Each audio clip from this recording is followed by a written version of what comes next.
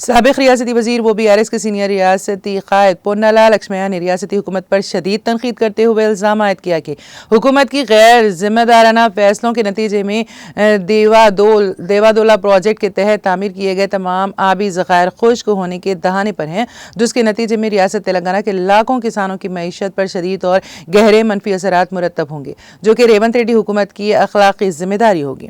پونالا لکشمیا ضلع مستقل جنگاؤں میں مقامی رکن اسمبلی ڈاکٹر پلا راجیشور ریڈی کی رہائش گاہ پر منعقدہ پریس کانفرنس کو مخاطب کر رہے تھے۔ انہوں نے کہا کہ دیوا دلہ پروجیکٹ کے ذریعے دریائے گوداوری کے فاضل پانی سے علاقے تلنگانہ کو سرسبز و شاداب بنانے کے لیے جلائی اگنم کے تحت لفٹ اریگیشن پروگرام کا آغاز کرتے ہوئے بڑے پیمانے پر آبی ذخائر تعمیر کیے گئے، جس کے نتیجے میں زیر زمین سطح آب میں اضافہ ہو کر کسانوں کو کافی فائدہ ہوا تھا۔ گزشتہ 10 سالوں میں KCR حکومت نے شعبہ زراعت کو قابل لحاظ حد تک ترجیح دے کر کسان اور زراعت کو نفع بخش بنایا تھا۔ اقتدار کی تبدیلی کے بعد ریونت ریڈی نے مبینہ طور پر انتقامی رویہ اختیار کرتے ہوئے کالیشورم پروجیکٹ سے پانی نہ چھوڑ کر کسانوں کی معیشت پر کراری ضرب لگائی۔ پونالا لکشمیا نے کہا ہے کہ چیف منسٹر ریونت ریڈی نہ سیاسی قائد ہیں، نہ زراعت پیشہ کسان، بلکہ ضدی اور ہٹ دھرم انسان ہیں۔